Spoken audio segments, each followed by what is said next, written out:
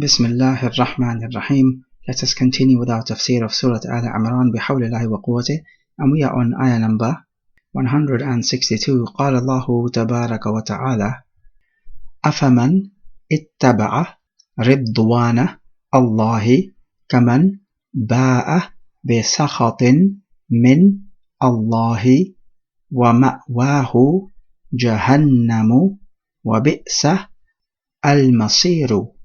This is a question form. It's in fact a rhetorical question. He says, is the one who ittaba'a follows the ridwan, the pleasure of Allah, this is by not committing ghulul, which is what the previous ayah spoke about, and by keeping patient in fighting in the way of Allah and these types of matters. Kaman, like the one, ba'a, returned bi sakhatin min Allah, with the anger of Allah. So basically he draws upon himself the anger of Allah Jalla wa Ala, and this would be by committing ghulul. And his ma'wa, from the verb awa ya'wi, to seek shelter, so this is a place of shelter, or you could say abode. His abode is Jahannam, which is a Persian word for fire. Wa bi'sa, and what a bad or what a evil, al-masir, destination. And so the answer to this question is obviously no, they are not equal. But because the answer is obvious, it is not mentioned. So reflecting on this ayah, the obvious lesson to take is that the worker of righteousness is superior to the worker of evil. And this is known not only through the text, but through the fitrah as well. We also pick up on a couple of attributes of Allah Jalla wa Ala, Ridwan, His pleasure, and Sakhat, His anger. And we pick up that the fire of hell is a reality, and of course we affirm it, it is part of the Islamic Aqidah. And we also learn that this Jahannam is an evil or a bad destination. Ayah number 163. Hum darajatun 'inda Allahi wallahu basirun bima ya'malun. Hum, meaning they, referring to the people spoken of in the last ayah. So this means to say that those who follow the pleasure of Allah, they will have high status in Jannah and reward. As for those who return back to the anger of Allah Jalla wa Ala, they will have a lowly status in Jahannam and punishment. So Allah Jalla wa Ala is telling us that these people are not equal in the eyes of Allah. There are many grades between these people. And He says that Allah sees what you do. So reflecting on this ayah, the main lesson to take is that people will be of varying grades in the Akhirah, be it in Jannah or Jahannam, depending on their righteous actions. So people of Jannah will be in varying grades, and the people of Jahannam will also be of varying grades. The worst of the kuffar will be in the lower depths of Jahannam. The best of the kuffar, Abu Talib, will be in the shallow end of Jahannam, as is well known from the narrations. We take that Allah sees what they do, so this is a threat and a glad tiding. In other words, for the evildoers, Allah sees what they do and will punish them, and for the good doers, Allah sees what they do and will reward them. We may also take from this that Iman is not one level. Iman is of different levels as well. So a higher level of Iman will enable you to perform more righteous actions. We may also take that Allah is high. How do we take this? Well, because those of the believers who will have the higher ranks will be closer to Allah Jalla wa Ala. So that means Allah is high. He is high in His essence and also in His attributes. So overall He has the highest status. Ayah 164. لَقَدْ مَنَّ اللَّهُ عَلَى الْمُؤْمِنِينَ إِذْ بَعَثَ فِيهِمْ رَسُولًا مِّنْ أَنفُسِهِمْ يَتْلُو عَلَيْهِمْ آيَاتِهِ وَيُزَكِّيهِمْ وَيُعَلِّمُهُمْ الْكِتَابَ وَالْحِكْمَةَ وَإِنْ كَانُوا مِنْ قَبْلُ لَفِي ضَلَالٍ مُبِينٍ. As for laqad, we have spoken about this already. The lam is the lam for the qasam, and qad is the perfect tense, which emphasizes the past tense. Manna, from the verb manna, yamunnu, mannan, it means to confer a favor upon someone. So what is this great favor that Allah has conferred upon the believers? إِذْ بَعَثَ, when He ba'atha, sent. So when you send forth someone or something. فِيهِمْ, amongst them, a rasul, a messenger from themselves. مِنْ أَنفُسِهِمْ. So what this means is that this messenger was from their people.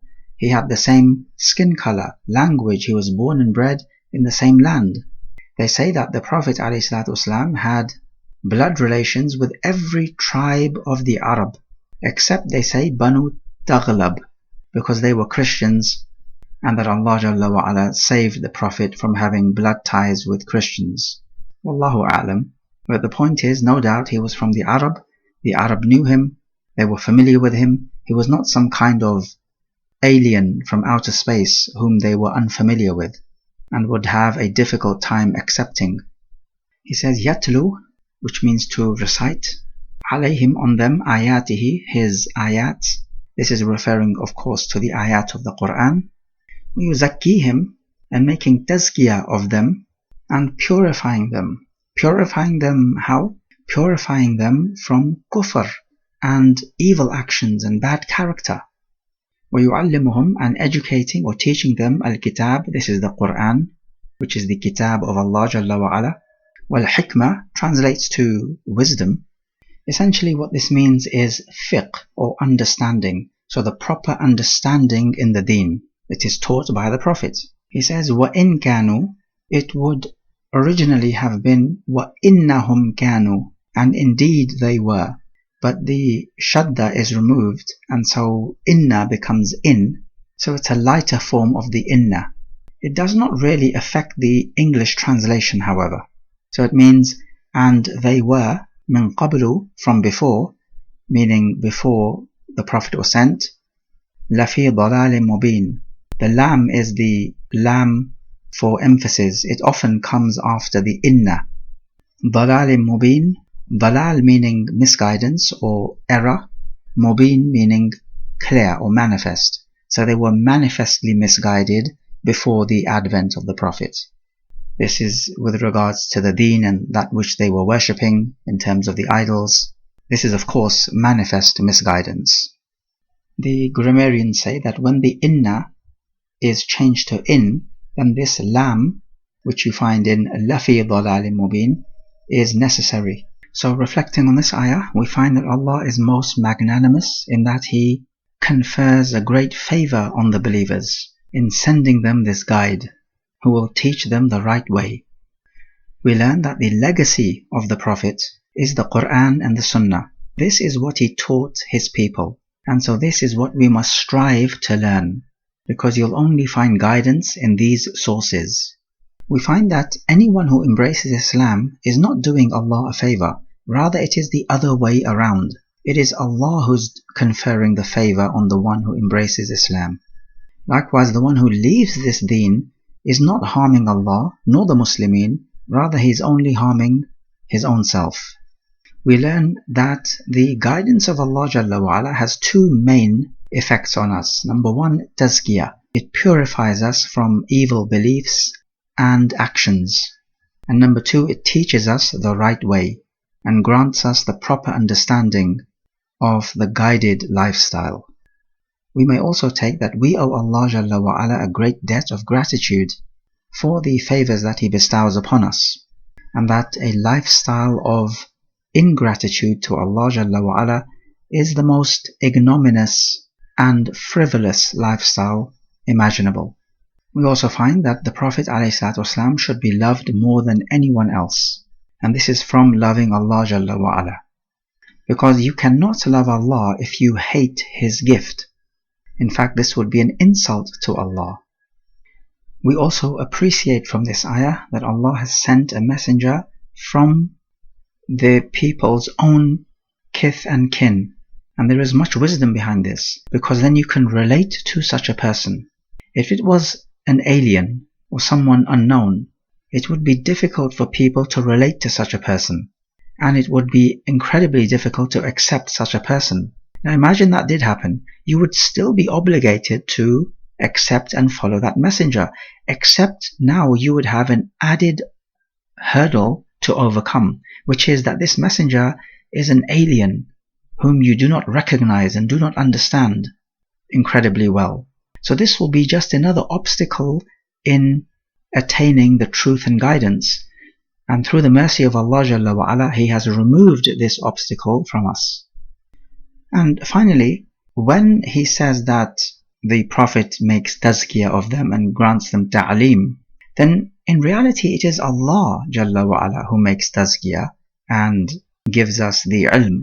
However, the Prophet is a cause for doing this, so it is permissible to link the effect to the cause rather than the actual creator, as long as that cause is a valid cause. هذا والله أعلم.